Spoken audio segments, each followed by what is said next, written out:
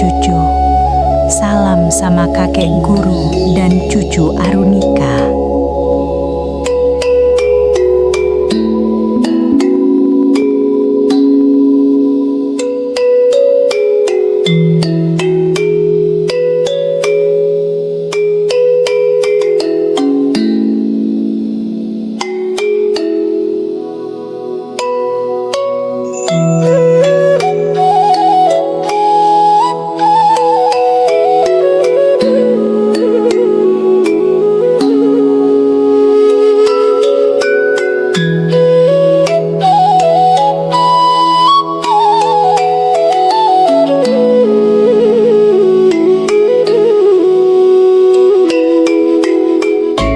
Kanaya, apa nenek nanyain Arunika?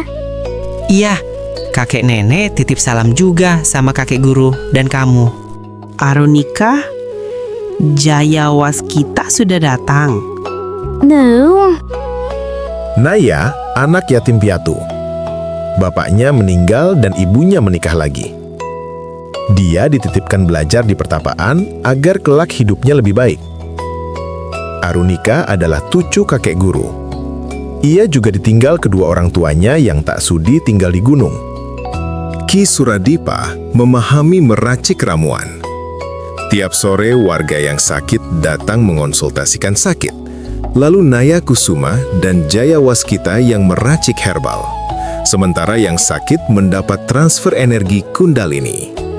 Arunika dititipkan ayahnya sejak umur 3 tahun. Naya dititipkan di pertapaan sejak umur 5 tahun. Sedang Jaya Waskita diantar ke pertapaan sejak kelas 1 SD. Ki Suradipa memiliki 2 anak. Semua tak ada yang mau mewarisi ilmu Ki Suradipa.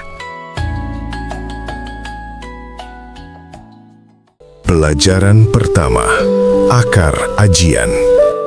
Ruang latihan meditasi terletak di balik air terjun kecil, masuk lewat celah batu yang hanya diketahui para murid. Disinilah Ki Suradipa mengajar murid-murid kultivasi dasar setiap fajar. Tetesan demi tetesan air seperti alunan gamelan lembut terdengar di dalam ruangan di balik air terjun.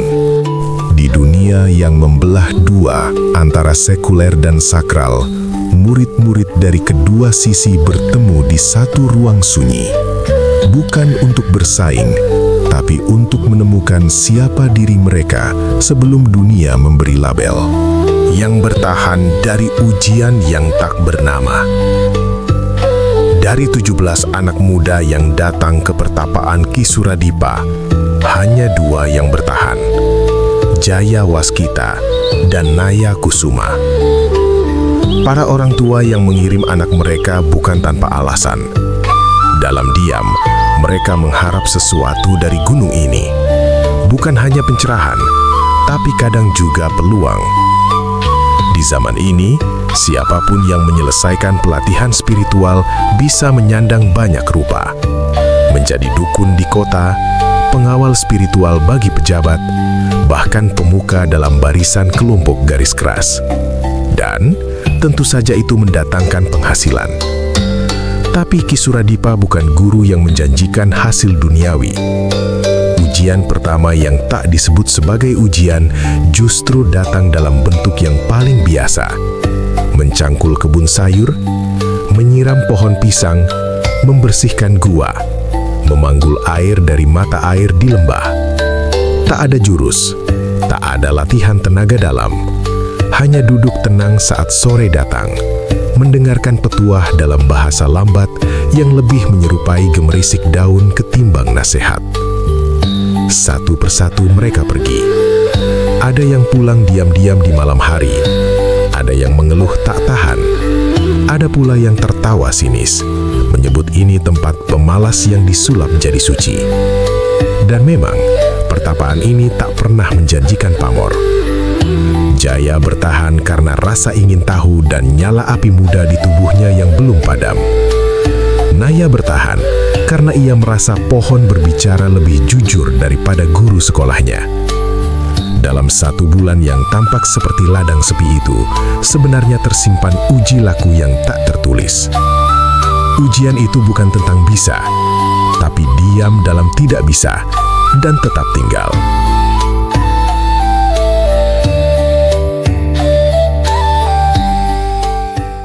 Guru kosmis bukan akhir dari ajaran di pertapaan. Para orang tua hanya melihat setelah beberapa waktu, para murid yang telah mencapai syarat tertentu diminta turun gunung dan melakukan perjalanan guru kosmis.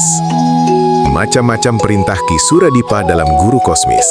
Ada yang disuruh menjadi pengemis, yang lain membantu menyembuhkan, dan sebagian menjadi buruh kasar di pasar.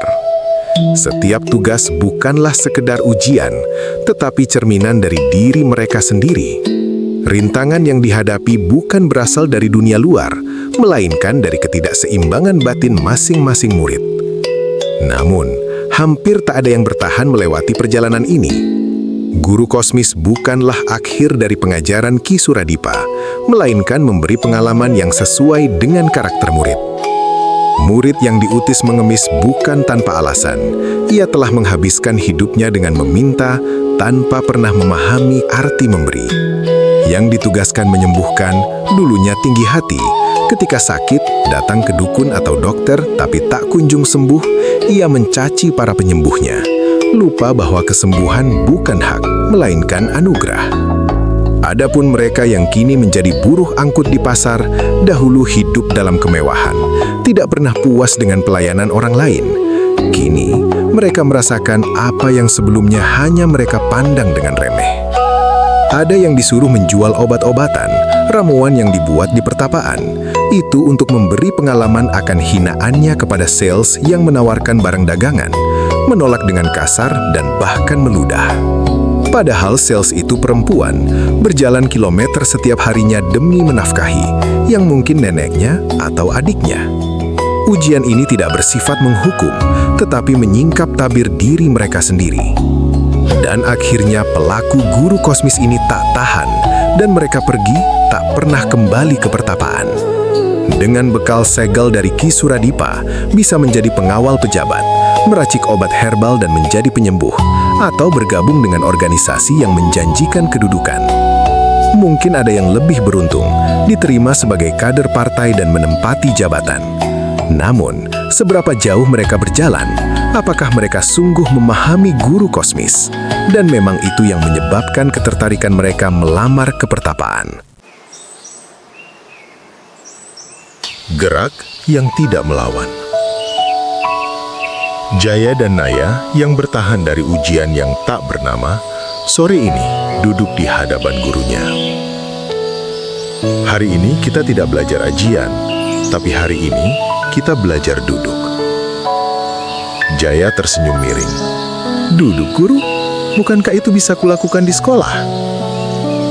Ki Suradipa hanya tersenyum penuh pengertian. Jaya dan Naya, keduanya murid kelas 3 SD. Jaya berusia 8 tahun, sementara Naya 9 tahun. Naya satu-satunya anak berusia 9 tahun di kelas sekuler, dan teman-temannya kerap menyebutnya sebagai anak bodoh. Naya diam, lalu mengangguk pelan. Guru, bagaimana sebaiknya duduk agar jiwa ikut duduk? Ki Suradipa menoleh padanya. Dalam hatinya ia terkejut. Murid yang beberapa temannya memanggil si bodoh justru menanyakan hal yang tak pernah keluar dari murid pintar. Duduk, Naya, bukan soal tubuh, tapi soal apakah hatimu masih berdiri atau sudah ikut diam bersama nafasmu. Jaya pura-pura tertawa, namun saat ia coba memejamkan mata, pikirannya tak bisa diam. Ia terganggu oleh suara jangkrik bahkan detak jam di gelangnya.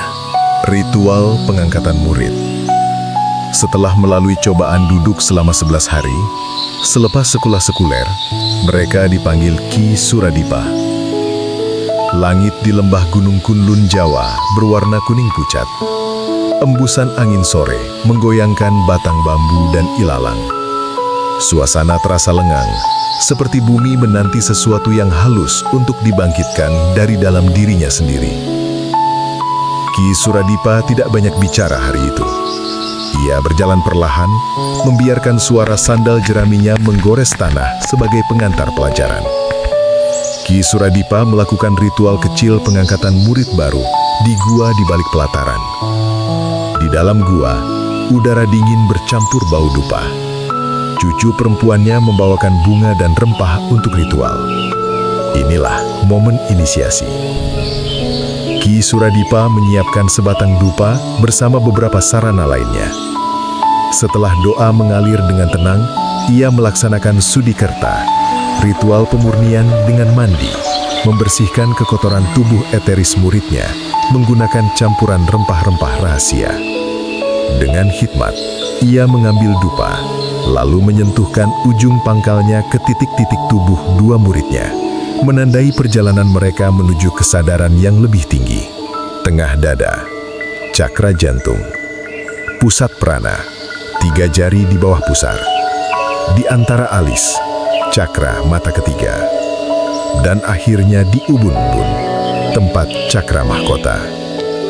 Ia menutup mata, berbisik tanpa suara, membuka pintu-pintu energi prana pada muridnya.